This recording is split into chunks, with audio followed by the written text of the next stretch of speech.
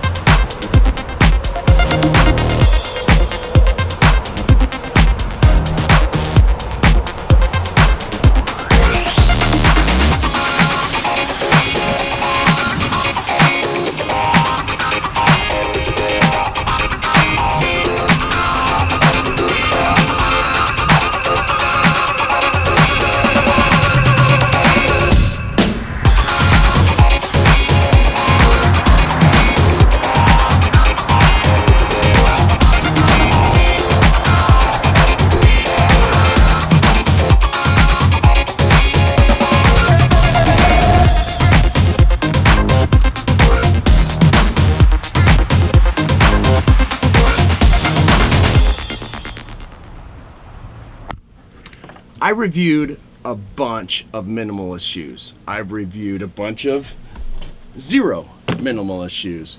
And it kind of gets to a point where you're like, how can I show these better? So what I did this time was I just used them. And I know that seems a little simple, but I figured that was the best way to do a shoe review. Now, I've done running reviews, I've done hiking reviews, and I decided just to wear these on a regular basis and then give you my feedback on them.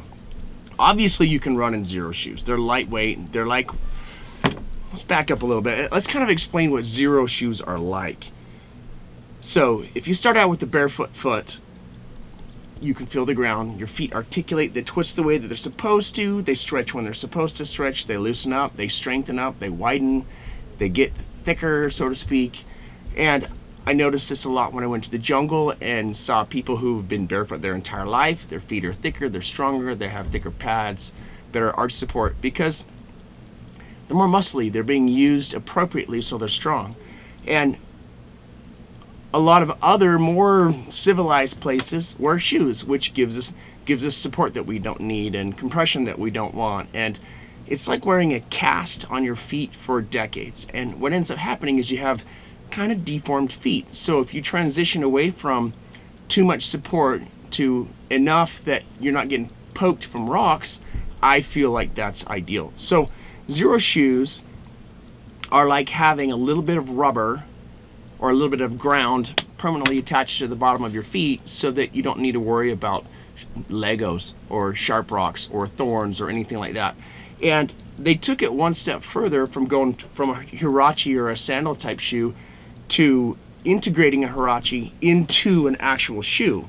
And the way that I'm going to explain that is this. We've got the Huarache, right? That's just the rubber base. It's thin. There's no like heel rise. It's just the rubber part of your shoe, right? So that there's some good grip on it, which is really nice. It's not excessive or overdone grip, but it's just enough.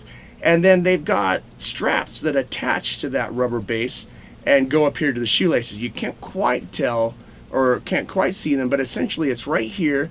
There's these integrated straps that slide inside of like a sheath inside of the outer cover. What that gives us the ability to do is take barefoot, protect your feet, and wear it all day, every day, to the mall, to hiking, to whatever, and be socially appropriate, right? Your toes aren't hanging out. You can wear them to work, church, business, whatever you're going to do. So they have the Xero shoes kind of really leads the market, in my opinion, with this transitioning from a recreation shoe that you can't always wear to something that you can wear every single day, wear on a regular basis, with closed-toe shoes that feel like minimalist nothing shoes. So these ones specifically, this time of year, it's February, right? It's snowy in Utah. We just got blasted with a big chunk of snow. And I'm not going to be hiking in hiker shoes mid-February, sadly. So what I've done is I use these a bunch in I took them to church. I used them in work environments. I took them out, running errands and dropping kids off, and I took them actually quite a lot riding out on a one-wheeled unicycle. The reason that I took them out on a unicycle is because it's something new. It's something completely different. And there's this need that you don't know unless you've ridden around on one of these to be able to feel input from the ground and to feel input from the unicycle. And as you're riding one of these, in the beginning you think you want really strong, army boot type boots to protect your feet. The reality is you want to be able to feel the haptic input that the paddles give to the bottom of your feet. So as you're cruising along, you want to feel the pressure. So if you're adding pressure to one side and pulling it up to another side, you need a sensitive feel in the bottom of your feet to be able to turn slowly to the left or to turn slowly to the right, or to feel what amount of shock is needed for bumps that you're going over and cracks that you run over and the different things that you're driving through. So I did like 20 miles yesterday or something. Then did some stuff earlier with my kids where we went to the park and drove around and hung out on the unicycle and the segways and stuff, all while wearing these shoes, just to kind of see how well that they would work in that kind of environment, which is something completely different.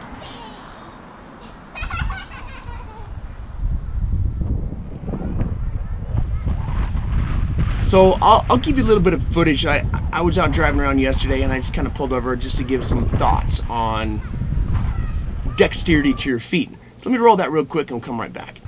When I first started learning, I thought I needed boots. I thought I needed like some thick soles or something. And the reality is, if you can feel the pedals, you can control it easier. And like thick shoes are kind of like wearing moon boots. You just stomp through things. You don't feel rocks, you don't feel pebbles, you don't feel bumps or ledges. And thin shoes give you the ability to kind of grasp. In the same way, like if you had really thick gloves, you don't have a lot of dexterity, but if you have really thin gloves, you can feel and control and manipulate things. These shoes are the exact same way. I would liken them to thin gloves on your hands, but for your feet. So the reason why that's relevant is I found that I have a lot more control on my unicycle to, go over a bump slowly where normally you kind of have to go fast to get over, or to turn quicker, to control it, or to feel the things, the input that I need in my feet to understand balance and where the road is and kind of what's going on. So that's part of why I've decided to add this. But overall, I have a phenomenal positive review for these. Just as you guys can tell, I really like Xero shoes. So those are my thoughts on these shoes. They transition from people who want to go barefoot all the time to people who can go minimalist and still have some level of protection to keep rocks and things from stabbing you in the bottom of the feet, to being capable of wearing these in any environment, right? These are black daylight hikers. You can obviously take these hiking. They work great for running. I've obviously done videos in running with Xero shoes. I've done maybe, I don't know how many miles running in Xero shoes. And you can obviously do the outdoor sports related stuff, which means that they're gonna be just fine for walking and working and doing business related stuff. So these are the new Daylight Hiker Fusions. I know you've seen some videos on some of the older shoes that I've got. I still use these constantly. I'm starting to wear out the bottoms of them a bit. I throw them on and I go. These have kind of become my new go-to, these Daylight Hikers. The one negative is you can't slip them on without untying the top, because they do stay on well, which is a positive if you're hiking, so do take that into account. These Daylight Hikers, they're fitting true to size. The ones that I did on my last video, they were a little large. But these Daylight Hikers, they fixed that issue. They're gonna have a loose toe box, which is good. Gives your toes the ability to move around. I don't know if you've ever noticed, but a lot of people's big toe will kind of point in, and that's because they're wearing shoes all the time that come from the days of cowboy boots. And there's nothing wrong with cowboy boots, but cowboy boots were pointy in the front so that you could kick into a stirrup, and they had a big heel so that you could stay on a horse. We don't need that anymore, and it's actually kind of detrimental to feet. So these are more like moccasins in that they're loose in that toe box. They don't have the excessive heel rise, so you don't have to strike hard to feel the ground. They're gonna be snug in the middle, and they're gonna feel snug in the right places and loose in the right places, and they just work. Go out, they're not super expensive. Go try a pair. These should be releasing today, the day that I post this video up. If you have any questions, put them down below. If you've got links of your Xero shoes, stick them in the comment section. I'll check out your videos, and I do try to respond to all comments. Hopefully this is valuable to you. If you want to check out any of my other minimalist stuff, it's here on the channel. I do a lot of survival stuff as related. I do a lot of survival stuff as well. And thank you for watching TJack Survival.